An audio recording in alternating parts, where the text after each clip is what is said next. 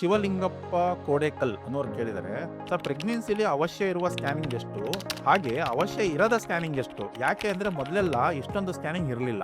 Of course ನಮ್ಮ ಅಜ್ಜಿ pregnancy ಅಥವಾ ಅವರಜ್ಜಿ ಎಲ್ಲ ಪ್ರೆಗ್ನೆನ್ಸಿ ಇದ್ದಾಗ ಯಾವ ಸ್ಕ್ಯಾನಿಂಗ್ ಇರಲಿಲ್ಲ, ಏನಿಲ್ಲ, ಡೆಲಿವರಿ ಮಾಡಿದ್ದಾರೆ, ಮಕ್ಕಳು ಹುಟ್ಟಿದ್ದಾರೆ, ದಟ್ ಇಸ್ ಡಿಫ್ರೆಂಟ್. ಬಟ್ ನೀವು ನಿಮ್ಮ ಅಜ್ಜಿ ಯಾರು ಇದ್ರೆ ಅವ್ರ ಹತ್ರ ಕೇಳಿ, ನಿಮ್ಗೆ ಎಷ್ಟು ಜನ ಮಕ್ಕಳಾಯ್ತು? ಮೋಸ್ಟ್ ಆಫ್ ದ ಟೈಮ್ಸ್ ಏನಾಗುತ್ತೆ, 8 ಜನ ಮಕ್ಕಳಾಯ್ತು. ಅದ್ರಲ್ಲಿ ಉಳಿದಿರೋರು ಎಷ್ಟು ಅಂತಂದ್ರೆ 3 ಜನ, 4 ಜನ, 5 ಜನ ಅಂತಾರೆ. ಅಂದ್ರೆ ತುಂಬಾ ಜನ ಏನಾಗುತ್ತೆ, ಹುಟ್ಟಿದ ಮೇಲೆ ಸತ್ತೋಗಿರ್ತಾರೆ, ಇಲ್ಲ ಹುಟ್ಟಿದ ಟೈಮ್ ನಲ್ಲಿ ಕಾಂಪ್ಲಿಕೇಶನ್ ಆಗಿ ಮದರೇ ಪಾಪ ತೀರೋಗಿರ್ತಾರೆ, ಇಲ್ಲ ಹುಟ್ಟಿದ ಮೇಲೆ ತುಂಬಾ ಅಂಗವಿಕಲತೆ ಇರುವಂತ ಮಕ್ಕಳು ಹುಟ್ಟಿರ್ತಾರೆ. ಬಟ್ ಈಗ ನೀವೆಲ್ಲ ನೋಡ್ತಾನೆ ಇದ್ದೀರಾ, 2 ಮಕ್ಕಳು ಹುಟ್ಟಿತು ಅಂತಂದ್ರೆ ಈ ತರ ಕಾಂಪ್ಲಿಕೇಶನ್ಸ್ ಆಗೋ ಚಾನ್ಸಸ್ ತುಂಬಾನೇ ಕಡಿಮೆ. ಅಂದ್ರೆ ಮದರ್ ತೀರೋಗುವಂಥದ್ದು, ಅಥವಾ ಹುಟ್ಟಿದ ಮೇಲೆ ಮಗು ತೀರೋಗುವಂಥದ್ದು, ಅಥವಾ ಅಂಗವಿಕಲತೆ ಇರುವಂತ ಮಕ್ಕಳು ಹುಟ್ಟುವಂತ ಚಾನ್ಸಸ್ ತುಂಬಾನೇ ಕಡಿಮೆ ಆಗಿದೆ.